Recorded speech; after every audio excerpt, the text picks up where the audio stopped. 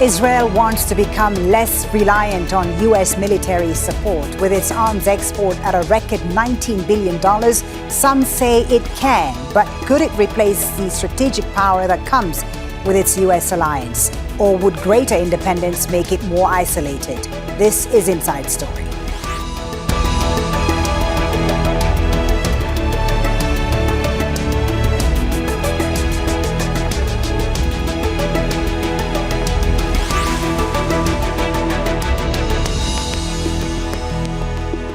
Hello and welcome to the program. I'm Folly Thibault. Benjamin Netanyahu says he's grateful to the U.S. for its military aid, but that it's time for Israel to build its own weapons production capacity. The Israeli Prime Minister's announcement comes as tensions grow over the U.S. agreement with Iran, but also as demand soars for Israel's weapons. Israel's decades-long occupation and the genocide in Gaza allow it to market its products as combat-proven. And business is booming. Its arms exports hit a record $19 billion last year. Supporters say that strengthens Israel's ability to stand on its own.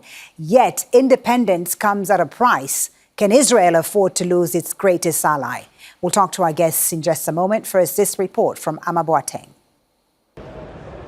France blocked the stalls of Israeli companies at one of the world's largest exhibitions last week. Authorities said that was because they didn't comply with a ban on the display of offensive weapons. It's the latest indication of strained ties between the countries since Israel launched its genocidal war on Gaza in 2023. Last year at the Paris Air Show, authorities also sealed off the booths of Israeli firms. But Israel says such events should be more about trade than politics. This has nothing to do with war, it has nothing to do with the conflict in the Middle East. It has only to do with the fact that it is an unfair competition that is conducted by France. Despite those measures, Israeli arms sales have hit record levels in recent years. Weapons exports in 2025 were more than $19 billion. The largest share of sales went to Europe. Missile, rocket and air defense systems make up nearly a third of those exports, followed by military surveillance equipment, making Israel the world's seventh largest arms exporter. Israel has been able to market its weapons as battle-tested, and human rights activists have accused Israel of using Gaza as a testing ground for weapons and surveillance, including integrating AI. They also accuse the US, as its main backer, of being complicit.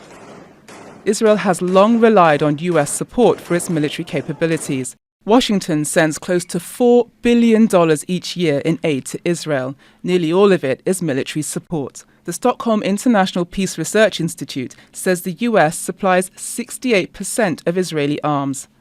Prime Minister Benjamin Netanyahu says he wants to reduce that reliance. I want armaments independence. I deeply appreciate the support we've received and which I have also brought over the years from our American friends. Today, I say we need our own independent armaments network. We must manufacture our own armaments to break free from dependency. Even while Israel is engaged in war on several fronts, arms sales have increased every year since 2021, and demand is still growing. Boateng, Al Jazeera for Inside Story. Let's bring in our guests for today's show. Michael Mulroy is a former U.S. Deputy Assistant Secretary of Defense for the Middle East. He joins us from Whitefish in Montana in the U.S. Anthony Lowenstein is the author of The Palestine Laboratory, which looks at how Israel's occupation has provided a testing ground for military technology that's exported worldwide. He joins us from Sydney. And Alexandre Vautravers is a security and defense policy specialist. He's also the editor-in-chief of the Swiss Military Review and joins us from Geneva. Gentlemen, thank you all for joining us on Inside Story.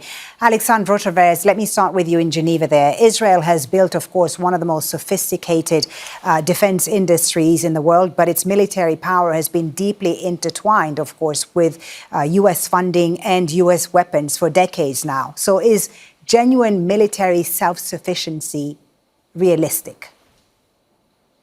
Okay, this is a dream. I wrote my PhD dissertation on the arms industry. Many countries have tried this, but if you want full sovereignty, full independence, this is going to be extremely, extremely expensive. So things have changed over the past few years, and Israel has been traditionally, or since 1956, an importer of American technology and military equipment. And nowadays, it's almost a reversal. It is exporting weapons to the United States, exporting technologies.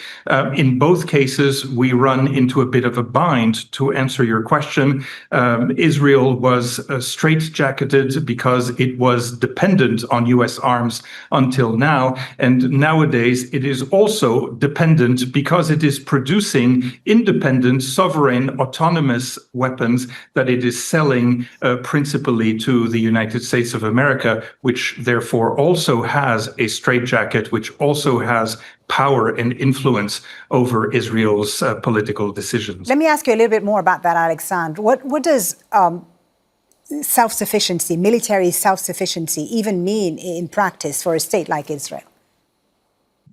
Let's look at the history of Israel. The history of Israel is marked with a situation of intense geopolitical pressure. Very existence of the Jewish state, and at various times, European countries, others have embargoed Israel. The United States, I know this is not very well known, but this is a fact. Until 1956, Israel was not in the best papers of the US government, and therefore it was perceived as a socialist state, and no American weapons were directly exported. Let me come to you, Michael, next. For more on the U.S. perspective, Alexandre, let me come to Michael next. How does the United States then view Israel's ambition for greater defense autonomy? It's not the first time that Israel has mentioned it, but the timing, of course, is significant here. And is Washington concerned about losing leverage over a major recipient of U.S. military aid? It's good to be with you, my fellow guests in your audience. I mean, I think ultimately any country wants to have self-reliance to the extent they can. It doesn't mean it will be absolute. And like my fellow guest just mentioned, it's likely or it's unlikely to happen here. But the more incremental you can get to that, I think the better, because it turns you, whether it's Israel or other countries, from a dependent into more of a partner. And I don't think you can blame Israel for the statements that Prime Minister Netanyahu said. I mean, the vice president came out and said some pretty harsh things about Israel, more so than I've heard, certainly from any administration prior, and essentially reminded them how much they get from the United States, particularly when it comes to weapons technology, munitions, etc., which seem to be pretty much a direct threat as, you get this from the United States, we're going to have a substantial influence on whether, in this example, you comply with what we'd like to see for the memorandum of understanding with Iran, meaning the United States believes we have a lot of influence over them. I think that's one of the reasons why the Prime Minister said that. I don't think the relationship necessarily is going to change with the U.S. And Israel simply because they become more independent, but I do understand their reason for doing so. All right, Anthony, your thoughts about the announcement and its timing. Is this independence from the United States that Israel is seeking? Is it about manufacturing more weapons in Israel, or is it more about reducing Washington's political leverage over Israel's military decision-making? There's always such an issue between rhetoric and reality when we're talking about the Israeli arms industry. As your report said, the Israeli arms industry is surging, over $19 billion last year. Israel has always had friendships, relationships with various other countries around the world, but certainly in the last years they're deepening those ties with places like India, building, for example, Israeli companies have factories in India making drones, etc. Some of those technologies have been used in Gaza since the genocide began. There is a factory going to be opening in, say, Serbia in Europe in the coming while, using drones. So those countries are not going to replace the US, but Israel certainly, I think, realizes that if there is a risk of isolation or a change in American-Israeli relations, and at the moment I think it's mostly rhetoric, The Trump administration, as one of your guests just said, JD Vance has been more critical. Yes, that's true, but Joe Biden was also critical of Netanyahu during the beginning of the genocide and didn't change anything in relation to money, weapons and support. The second biggest provider of weapons is finally to Israel after the US in the last year has been Germany. In fact, the relations between Israel and Germany are deepening, not the other way around. So, yes, Israel talks about more military independence, but realistically, if the US, for example, is the world's only superpower, wanted the occupation of the West Bank and Gaza to end, I guarantee you if the US makes that call, within a matter of weeks or months, it would be over. That is the reality of this relationship, and Israel knows that. Okay. Alexandre, let me come to you on that. The relations with other countries, the European countries, and also India, of course, which is quite important to Israel. Europe has now become the largest customer for Israeli arms, followed by the Asia Pacific and countries that also signed the Abraham Accords, including the UAE. What are those buyers actually purchasing, and why is Israeli technology so attractive for them? Okay, so if we talk about Europe, what we really mean is one country inside Europe, and that is Germany, and in particular air defense systems and weapons. Right now, German companies are teaming up with Israeli companies. Israel is trying to make ties with all sorts of countries, and all of these ties again and again and again are being broken. The alliance with Turkey, the alliance with Switzerland, the alliance with China, the alliance with Russia, all of these attempts at cooperation between Israel and other countries are being broken one after the other by the US government. Alexandre, how much of the Israeli military machine can actually be produced domestically, realistically? And where does the dependence on the US become unavoidable? I guess we're probably somewhere between 60 and 70% can be produced in Israel, can be developed in Israel. But of course, at scale, we have seen in previous wars, after a couple of days, after a couple of weeks, the stockpiles of munitions, of weapons, the maintenance capabilities, the refurbishment capabilities are limited in Israel. And after a while, after a number of weeks, Israel is then again in a situation of dependence to outside powers, and in particular to the United States. All right. That situation of dependence, Michael, if Israel was to reduce U.S. procurement, does it weaken U.S. leverage over Israel?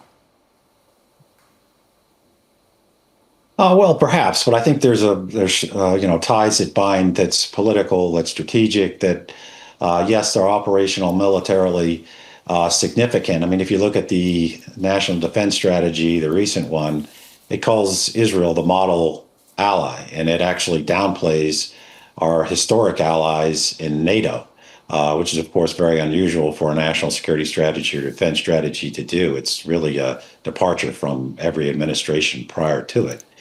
But it does really highlight the relationship with Israel. I think that's going to be the case. The other part, as my fellow guest just brought up, is there is a concern globally about conventional weapon systems and just how they cannot essentially keep up with modern warfare. So any country, which includes Israel and Ukraine, that has this advanced technology on autonomous systems is going to start selling a lot more of it worldwide.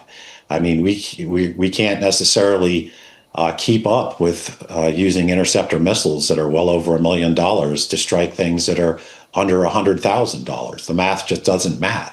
So countries that are very good in, or as you mentioned, battlefield testing, their ability to do this by other means, Iron Beam, for example, are going to be doing very well in the international market right now because the conventional systems are just not sufficient, or they're just too expensive to have any kind of sustained combat with. Well, let's talk about battlefield testing, gentlemen, and the concerns around that, because a new UN report has accused Israeli authorities of directly targeting Palestinian children in Gaza by shooting at their vital organs using precision weapons such as quadcopter drones and snipers, and by using high-impact weapons in strikes on residential buildings, on schools and displacement camps crowded with children. Anthony, I know you've written about this. You've written that Palestine has been used as a laboratory for military and surveillance technology. What is the clearest evidence that this model drives Israel's export success today, and which governments are the biggest customers here of these weapons? One of the arguments that countries like Israel and the US and other nations use for these kind of autonomous weapons and drones and others is apparently, so they claim, precision warfare, going after a particular individual, a terrorist, etc. Israel's goal after October 7 in Gaza was the opposite. The aim was mass destruction. Complete and utter mass destruction and annihilation. And that's why Israel is credibly accused of genocide. So when you have 70 to 100,000 Palestinians killed, the vast majority of whom are civilians, the aim was not to go after particular terrorists who may have had some connection to the massacre on October 7. It was actually to cause carnage. And the reason why many, many countries look to what Israel has been doing in Gaza, or for that matter Iran or Lebanon or beyond, whether it's AI warfare, quadcopters, drones, etc., is because they admire what Israel is doing. They might not often say that publicly. Some countries obviously do. Other nations say it more privately. And they want to get some of those tools themselves for their own armies, for their own battles, for their own war on minorities. And I'm glad you mentioned that UN report, because there are so many reports in the last years. And it's when we talk about weapon systems, often it can seem rather highfalutin and removed from the reality on the ground. People, Palestinians, Lebanese, Iranians, many, many other people have been suffering, I'm talking about civilians, have been suffering on such a massive, massive scale, principally from Israeli and American missiles and drones and other kinds of weapons in the last.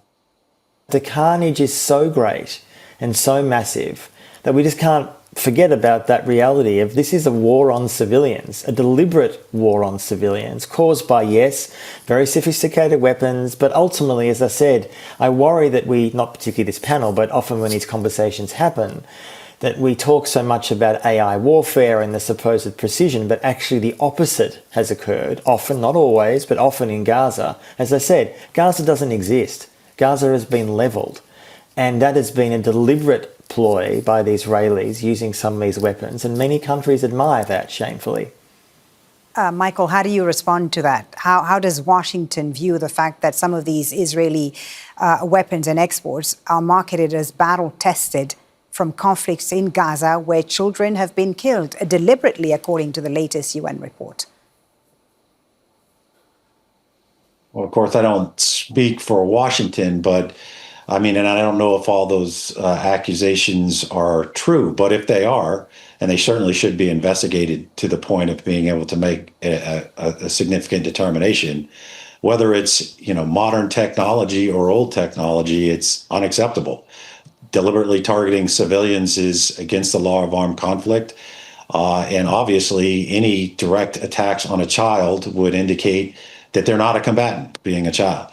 So they should be fully investigated. Whether Washington is focusing on this now during the middle of the war that both the United States and Israel elected to start with Iran, I think it's unlikely. But this needs to be addressed because it could only make the problem worse, right? We're entering what some call the post-heroic era, meaning that once you have AI-driven autonomous systems that can fight and kill other human beings, it's going to likely increase the amount of conflicts around the world because the countries that have that technology are essentially not risking their young people to go to war, hence the post-heroic. So this could essentially exacerbate this issue around the world as modern countries or countries that have access to this modern technology have less consequences when it comes to deciding to go to war or stay at war. Alexandre Vautravers, do international buyers of these Israeli weapons and surveillance systems, do they consider the ethical and legal controversies surrounding how these technologies are developed, how they're deployed, and what they're used for and who they're used on, or does that outweigh the effectiveness of the technologies? To answer your question, I can say yes. Of course, I'm very saddened with the images that you showed before. Such images you can find also in other conflicts, and here is precisely the difficulty. And I'm saying this from Geneva, from Switzerland. Here is exactly the difficulty. You want weapons that are proven, that are effective, that are up to certain norms and standards, and at the same time, today it is very difficult to buy reliable weapon systems that have been tested and that have not produced such destructions as those that we are seeing on the screen now. My country, Switzerland, has purchased an Israeli drone system. Why?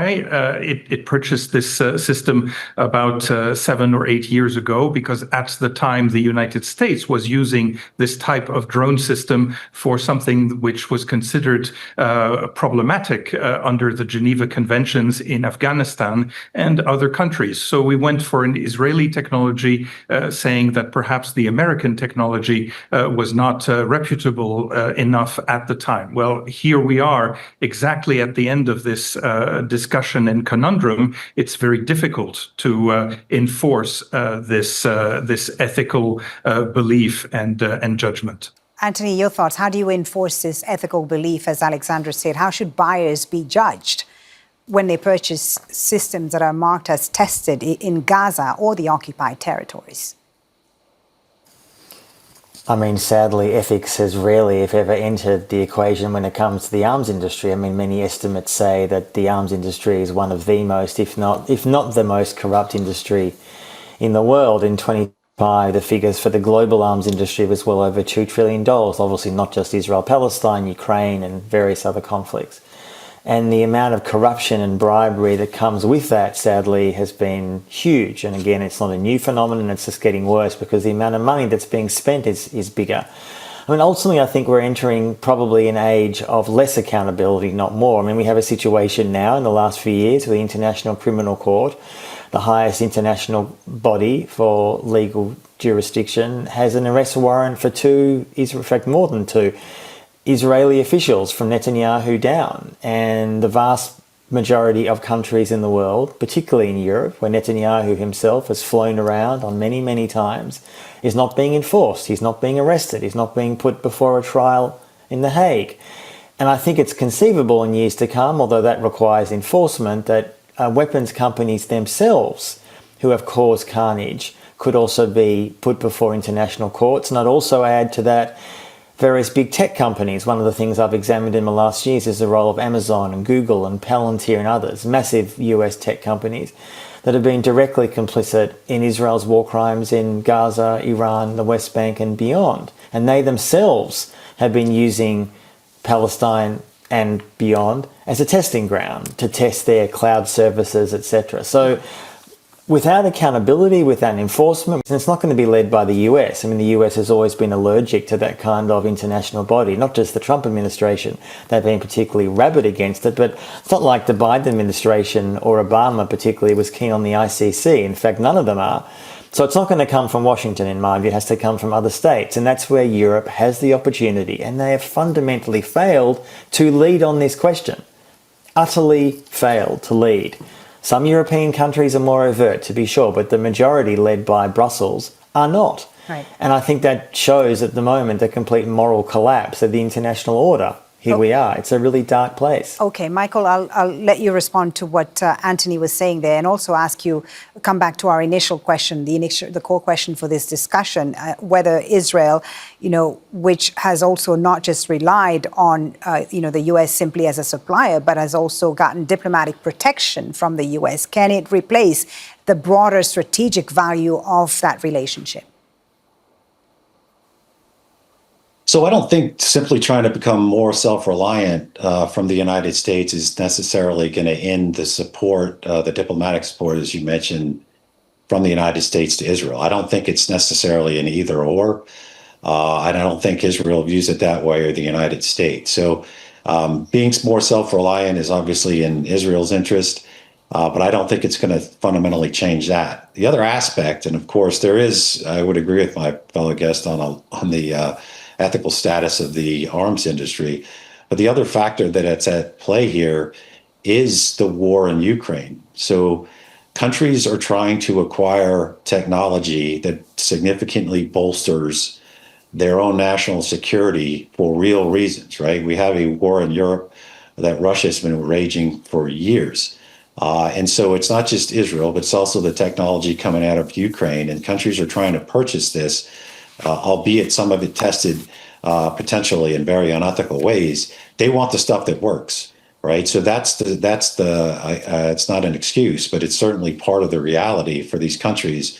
They want stuff that actually works, that it can intercept, air, missile defense systems like the Israelis are very good at. So the integrated air and missile defense systems coming out of Israel are close to those that are coming out of the United States. So there's also a very practical reason why countries are turning to countries that are currently at war to acquire their most advanced weapon systems. Okay, Alexandra, I'll give you the last word. Where do you see this Israeli ambition projects going? Is it feasible, or will Israel end up being more isolated? Well, we're seeing progress along this line. At the same time, today, Israel has successfully managed in redistributing or giving back a lot of this technology as a return on investment to U.S. firms, to the U.S. military establishment, and is able to sell, perhaps not directly for political, ethical reasons abroad, but it sells through Germany or through the United States of America. So I think it will be dynamic enough to circumvent any of the international pressures that have been thought of, and this concept of an international criminal court, going to work on these issues, I think is quite an illusion. We're seeing the Arms Trade Treaty also very much a lack of credibility and a lack of enforcement capability. I believe Israel will continue to go on exporting a lot of weapons. Anthony, your final word in 30 seconds, if you can. Ultimately, without enforcement, without any kind of accountability for Israeli leaders, military leaders and soldiers for the grave crime and crimes against humanity and genocide, Israel will keep getting away with it. So the world has a choice to let them get away with it or not. Thank you so much, gentlemen, for a great discussion. Thank you so much for joining us, for your insights as well. Michael Mulroy, Anthony Lowenstein and Alexandre Vautravers. Thank you again to all three of you. And thank you, too, for watching. You can always watch this program again anytime by visiting our website at aljazeera.com. For further discussion, go to our Facebook page. That's facebook.com/AJ Inside Story. You can also join the conversation on X. Our handle is at AJ Inside Story. From me, Folly, Thibault, and the whole team here in Doha, thanks for watching. The news is next on Al Jazeera.